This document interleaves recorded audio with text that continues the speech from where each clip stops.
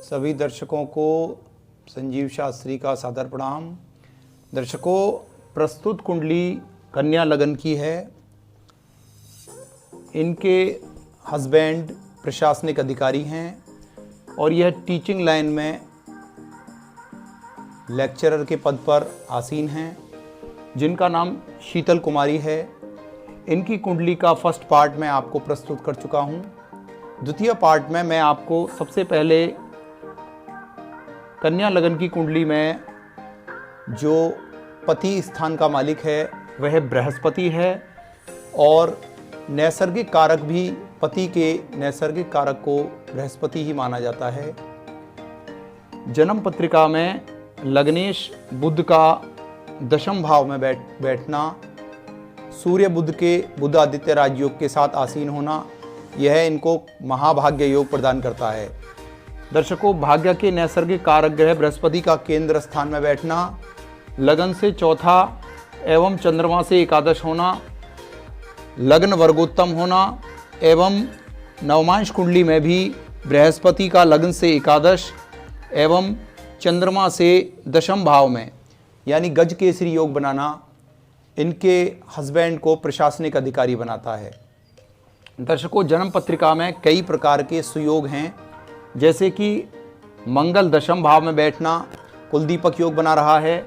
भाग्य और कर्म का परिवर्तन हो रहा है। सबसे बड़ी बात है, इस जन्म पत्रिका में लगन लॉर्ड बुध केंद्र का मालिक होकर त्रिकोण में बैठा है। दशम भाव जो कि राज्य सुख का है, जो कि एक प्रशासनिक अधिकारी बना सकता है, उसका लॉर्ड बुध भी त्रिकोण स्थान में विद्यमान है। और ऐसे शुक्र और मंगल पर भाग्य के नैसर्गिक कारक ग्रह बृहस्पति की शुभ दृष्टि भी पड़ रही है, जिसने इनके पति को प्रशासनिक अधिकारी बना दिया। इन्होंने मंगल में बुध की महादशा में इनका जन्म हुआ है। दर्शकों, मंगल जो कि दशम भाव में है ही, बुध जो कि लग्न का मालिक होकर त्रिकोण में विद्यमान है और कर्म का मालिक होकर भी केंद्र त्रिकोण का योग बना रहा है। यदि हम नवांश कुंडली में देखें, जो कि पूर्व जन्म की कुंडली होती है और एक स्त्री की कुंडली में उनका जीवन साथी भी है, वहाँ भी दर्शकों बुध लग्नेश होकर दशम भाव में सूर्य बुध का बुध आदित्य राजयोग के साथ विद्यमान है और बृहस्पति जो कि भाग्य का नैसर्गिक कारक ग्रह है, वह भी लगन से 11वां और चंद्रमा से केंद्र स्थान में गज केसरी योग बना रहा है, जिसने इनके पति को प्रशासनिक अधिकारी जैसे बहुत ही उच्च पद पर आसीन कर दिया। दर्शकों, यदि इनकी महादशा पर हम चलें तो इन्होंने 72 में इनका जन्म हुआ। 1975 तक मंगल की महादशा इन्होंने भोगी। मंगल इनका दशम भाव में है, 8वें घर का मालिक है। अतः जन्म के 3 साल तक इन्होंने थोड़ा कष्ट महसूस किया। राहु इनकी कुंडली में षोडश वर्ष सारणियों में 12 राशियों में मकर राशि का राहु है, जो कि काफ़ी स्ट्रॉन्ग वे में है। परंतु लग्नेश राहु, क्योंकि राहु को कन्या राशि में मूल त्रिकोणगत माना जाता है, अतः पंचम भाव में दोनों लग्नों में यानी नवांश कुंडली और लगन कुंडली में राहु मकर राशिगत होकर विराजमान हैं, जो कि काफ़ी स्ट्रॉन्ग है। परंतु यहाँ चंद्रमा से द्वादश और यहाँ नवांश कुंडली में चंद्रमा से केंद्र स्थानगत राहु काफ़ी स्ट्रॉन्ग स्थिति में है। यदि हम 1975 से 1993 की समय की बात करें तो इनकी राहु की महादशा काफ़ी अच्छी गई होगी। उसके बाद इनको 93 से 2009 तक गुरु की महादशा इनको रही। गुरु इनकी कुंडली में बहुत ही योगकारक स्थिति में है, क्योंकि चतुर्थेश और सप्तमेश होकर यहाँ अपनी मूल त्रिकोण राशि में बैठा है, जो कि चंद्रमा से 11वां है। 11वां बृहस्पति धन के लिए बहुत ही शुभ माना जाता है।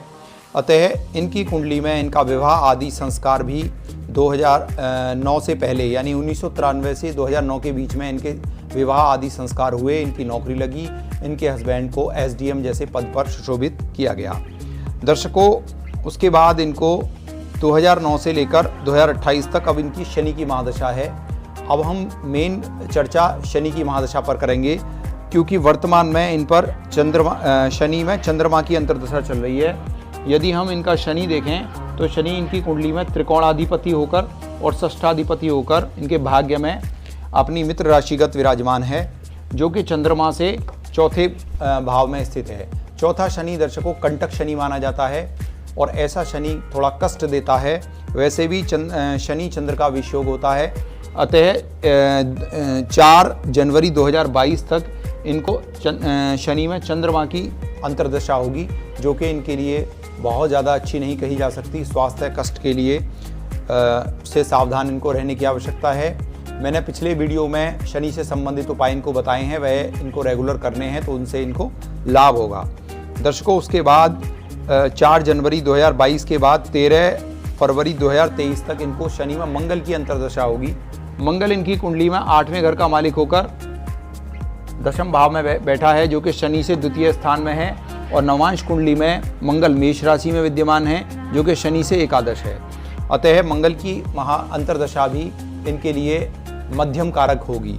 उसके बाद शनि में राहु होगा।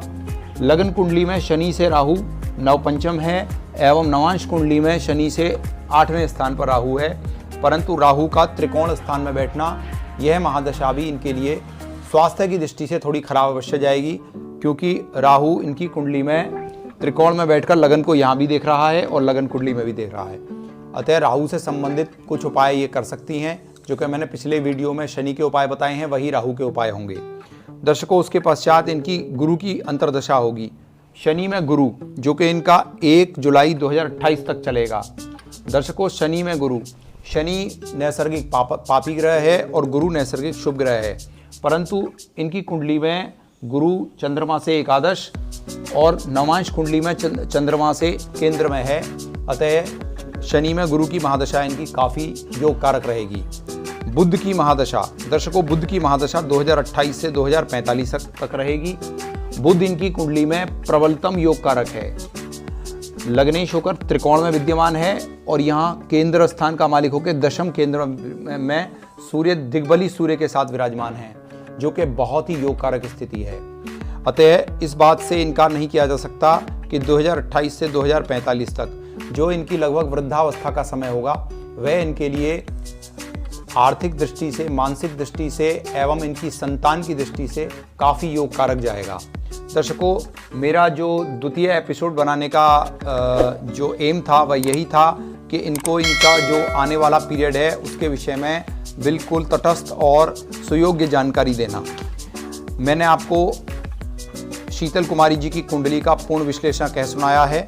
इनकी जन्म पत्रिका में जो इनकी महादशा और अंतर्दशा का फल है वह आने वाले समय में कैसा रहेगा, यह मैंने आपके सामने पूर्ण पटाक्षेप किया।